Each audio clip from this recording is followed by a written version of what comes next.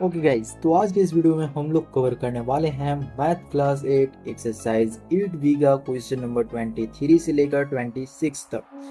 23 से लेकर 26 तक जो क्वेश्चंस हैं वो सारे के सारे क्वेश्चंस एज के ऊपर हैं, इसलिए इन तीनों क्वेश्चन को हम लोग एक ही पार्ट में कवर करने वाले हैं। इससे पहले वाले जितने भी क्वेश्चंस हैं उन सभी कोई का वीडियो सॉल्यूशन तुम्हें चैनल पे देखने को मिल जाएगा। चैनल पर जाके तुम प्लेलिस्ट के थ्रू भी देख सकते हो या फिर इसी वीडियो का डिस्क्रिप्शन भी चेक कर सकते हो। 23 नंबर क्वेश्चन की अगर हम लोग बात करें तो इसमें हमें बोला जा रहा है कि Rakhi's mother is 4 times as old as Rakhi. अगर मान लो राखी का एज जो है x है तो उसकी मदर का एज जो है उसका 4 टाइम्स हो जाएगा, ठीक है। और यहाँ पे ये वैल्यू हमारा इक्वल कितना हो जाएगा x के।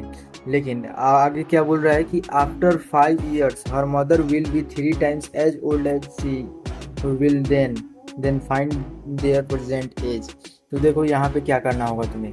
सबसे पहले तो तुम्हें देखना होगा कि जो तुम्हारा राखी की माँ है, ठीक है, वो तुम्हारा कितना था, उसका 4x एज हो रहा था।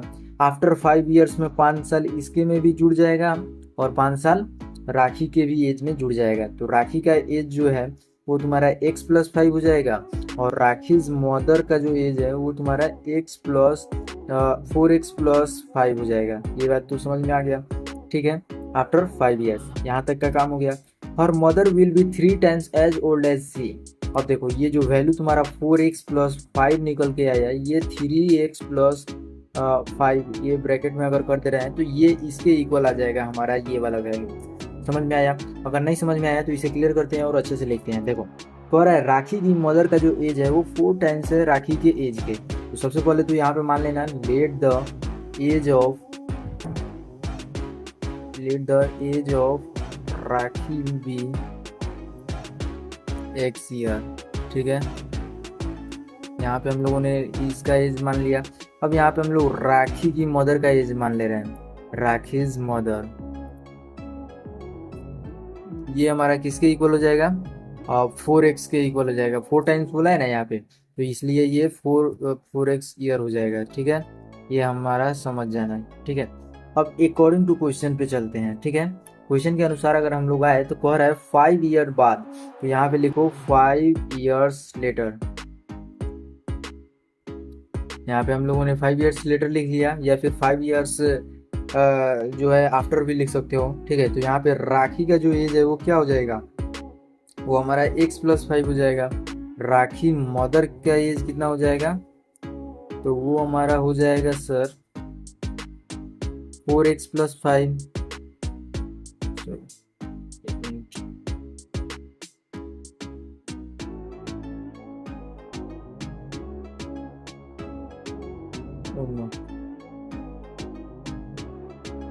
तो इसे पहले कर देते हैं।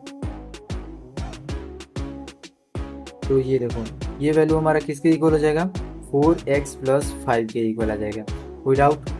चलो जरा आगे बढ़ते हैं। अब ये वैल्यू बोल रहा है कि 5 साल बाद जो एज होगा राखी का उसकी मदर जो है उसका 3 टाइम्स हो जाएगी। समझ में आया? ये वैल्यू तुम्हारा इतना का 3 टाइम्स हो जाएगा। जैसे कि 4x+5 is equal to 3 into x+5 ये वाला वैल्यू हो जाएगा राखी मदर एज, ठीक है। तो ये 4x+5 हो जाएगा और ये वैल्यू तुम्हारा 3x+15 हो जाएगा।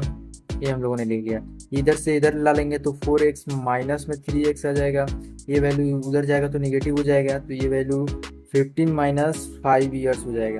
तो ये देखो x इज इक्वल टू तुम्हारा 10 ईयर आ रहा है, ठीक है। और तुम्हारी मतलब राखी की मदर का एज कितना दिया हुआ है, तो 4 टाइम्स दिया हुआ है, यानी 4 × 10 ईयर्स हो जाएगा। तो ये राखी की मदर का एज 40 ईयर्स हो जाएगा और जो राखी का एज है तुम्हारा वो कितना हो जाएगा, तो वो हो जाएगा तुम्हारा 10 ईयर्स, ठीक है। ये y नहीं है, ईयर्स है, ठीक है। तो इस तरीके से तुम समझ सकते हो। क्वेश्चन नंबर 8B का जो क्वेश्चन है तुम्हारा 23 नंबर, उसका एज 40 और 10 ईयर्स होगा। ये बात समझ में आ गया। तो आओ अब इसे क्लियर करते हैं और क्वेश्चन नंबर 24 को लिखते हैं। तो 24 में आखिर क्या है उसे देखने से पहले वीडियो को लाइक करो, चैनल पर नए हो सब्सक्राइब करो।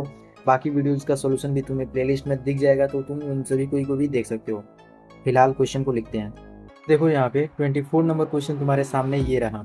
कह रहा है Monu's father is 26 year younger than Monu's grandfather.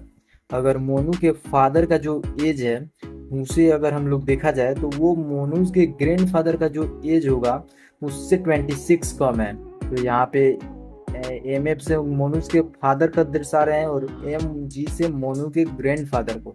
तो ये वैल्यू हमारा कितना हो जाएगा 26। देखो कह रहा है ग्रैंडफादर जो है मोनू के वो उसके पापा के ईयर से 26 ईयर ज़्यादा है।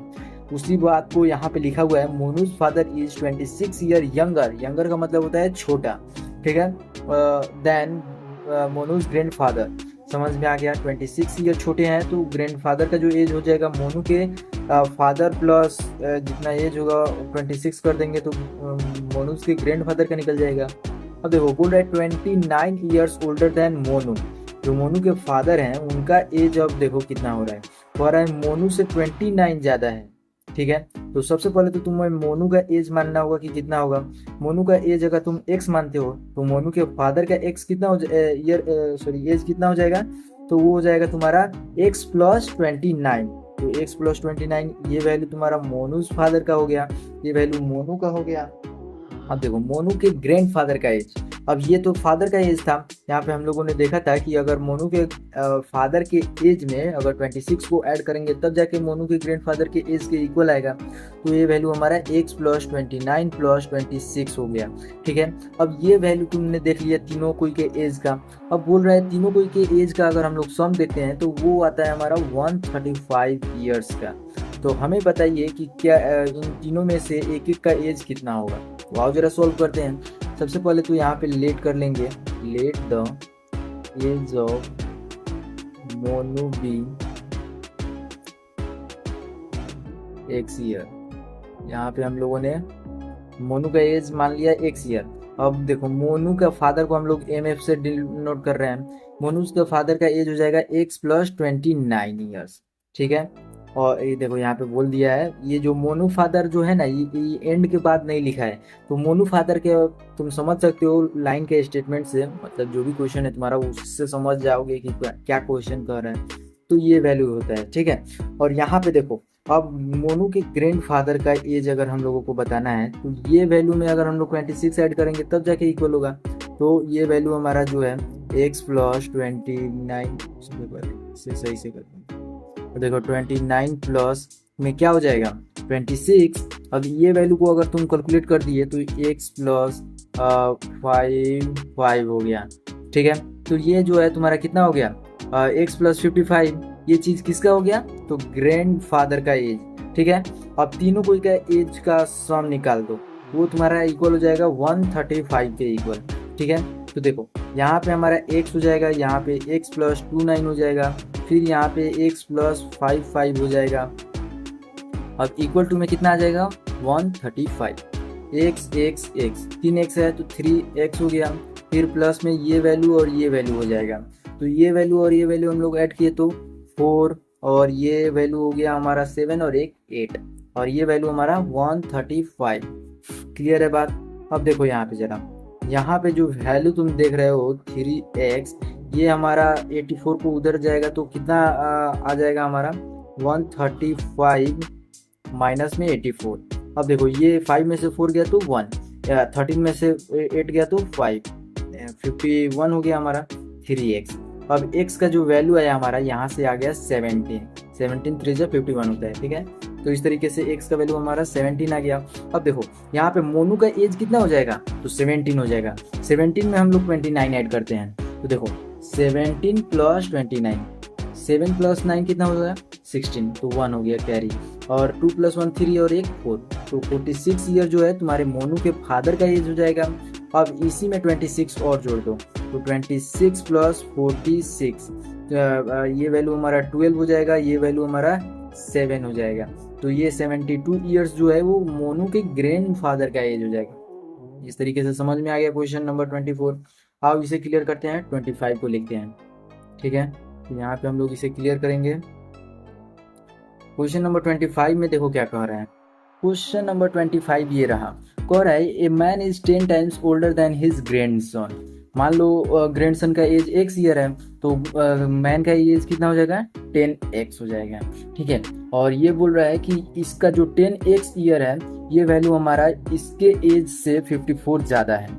यानी अगर इसका वैल्यू जो है हम लोग लिखे तो वो हमारा कितना हो जाएगा, x प्लस 54। तो इसे आओ सही से बनाते हैं। तो यहाँ पे हम लोग क्या करेंगे, let the age of grandson, age of grandson को जी एस से सूचित कर दे रहे हैं, बी एक्स हो जाएगा, तो एक्स ईयर यहाँ पे लिख लेना। ठीक है, अब यहाँ पे मैन का ईयर कितना हो जाएगा, तो 10x है तो 10x कर दिए। ठीक है, 10 टाइम्स बोला है तो 10x हो गया। अब अकॉर्डिंग टू क्वेश्चन देखो, ये जो वैल्यू है तुम्हारा 10x, यहाँ पे 10 तो सही से लिख लेते हैं, 10x जो है ये हमारा बोल रहा है कि 54 ईयर ज़्यादा है उसके ग्रैंडसन से। ठीक है, तो ये वैल्यू हमारा 10x हो गया, उधर से x ला लेंगे तो ये वैल्यू जो है हमारा घटकर 9x हो जाएगा, और ये वैल्यू हमारा 54 के इक्वल है, तो ये भी वैल्यू हमारा 54 के इक्वल होगा। इस तरीके से एज कितना निकल गया हमारा, 6 ईयर। तो ग्रैंडसन का एज जो है 6 ईयर हो जाएगा, और मैन का एज 10x है, तो ये वैल्यू जो है मैन एक्स का वो 60 ईयर्स हो जाएगा। क्वेश्चन नंबर 25 समझ गए। अब क्वेश्चन नंबर 26 के ऊपर चलते हैं। ओके, तो 26 नंबर ये रहा, फॉर है difference between the two ages of two cousins. देखो, पहला कजिन का एज अगर x है, तो दूसरा कजिन का x जो ईयर होगा वो कितना हो जाएगा, एज x प्लस 10। कह रहा है कि एल्डर वन का जो एज है उससे यंगर वन का जो एज है उसका डिफरेंस अगर देखें तो वो 10 ईयर्स का निकल रहा है। तो जाहिर सी बात है जो बड़ा होगा वो 10 साल से बड़ा होगा, तो 10 प्लस x हो जाएगा हमारा एल्डर के लिए, और यंगर के लिए हमारा क्या हो जाएगा, x। ठीक है, कह रहा है 15 साल पहले की बात है कि अगर 15 साल पहले इन दोनों को क्या एज देख रहे हैं, तो यहाँ पे 15 ईयर्स एगो लिखना होगा। ठीक है, तो यहाँ पे लिख लेते हैं 15 ईयर्स एगो कर दिया, तो एल्डर का एज कितना हो जाएगा, वो हो जाएगा हमारा x प्लस 10 माइनस में 15, क्योंकि एगो बोल रहा है पहले की बात है तो घटेगा, तो ये वैल्यू हमारा किसके इक्वल हो गया, x माइनस 5 ईयर्स के। ठीक है, अब देखो यहाँ पे यंगर का एज अगर तुम देखो तो वो वैल्यू हमारा हो जाएगा क्या हो जाएगा, तो x माइनस 15 हो जाएगा ये वैल्यू। अब देखो यहाँ पे अब बोल रहा है कि 15 साल पहले जो दोनों कोई का एज था उसमें 3 टाइम्स जो है वो यंगर एज करते हैं तो एल्डर वन निकल जाता है। यानी y का जो वैल्यू है ये वाला, इसमें अगर हम लोग 3 टाइम्स कर दे तो ये वैल्यू इसके इक्वल आ जाएगा। आप जरा चेक करते हैं, तो यहाँ पे हम लोग सबसे पहले क्या लिखेंगे, let the younger age be x year. ठीक है, यहाँ पे ईयर भी लिखना जरूरी है, तो यहाँ पे ईयर लिख दिया। अब यहाँ पे हम लोग ओल्डर कर दे रहे हैं या फिर एल्डर कर दे रहे हैं, एल्डर एज बी कितना हो जाएगा, तो x प्लस 10 ईयर, तो x प्लस 10 हम लोगों ने कर दिया। यहाँ पे ईयर तुम लिख लेना। अब अकॉर्डिंग टू क्वेश्चन लिखने के बाद देखो क्या करना है तुम्हें। सबसे पहले तो अकॉर्डिंग टू क्वेश्चन अभी नहीं होगा, यहाँ पे 15 ईयर्स एगो लिखना होगा। ठीक है, यहाँ पे 15 ईयर्स एगो लिख दिया, तो यंगर का एज कितना हो जाएगा, younger age is equal to x minus 10 years. ठीक है, यहाँ पे 15 साल बोला है ना, तो यहाँ पे 15 ईयर हो जाएगा। ठीक है, x माइनस 15। और एल्डर की जो बात है वो अब तुम देखो, एल्डर एज जो है वो तुम्हारा x प्लस 10 था, तो उसमें से 15 जो है घट जाएगा, तो ये वैल्यू x माइनस में 5 हो गया।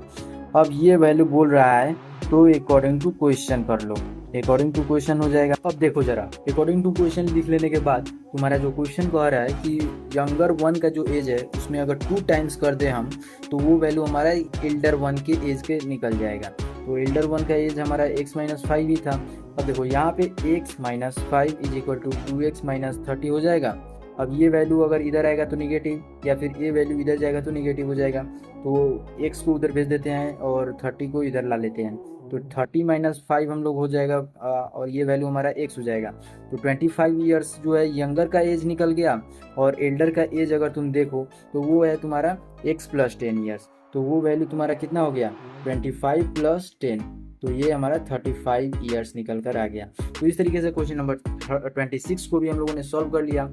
अब देखो इसके आगे जो है एक क्वेश्चन बच चुका है, तो उस क्वेश्चन को हम लोग अगले वीडियो में कवर करेंगे। तब तक के लिए वीडियो को लाइक करो, चैनल पे नए हो सब्सक्राइब करो। अगले वीडियो का लिंक तुम्हें डिस्क्रिप्शन में मिल जाएगा, तुम डायरेक्ट वहां से भी जाकर देख सकते हो। तब तक के लिए बाय।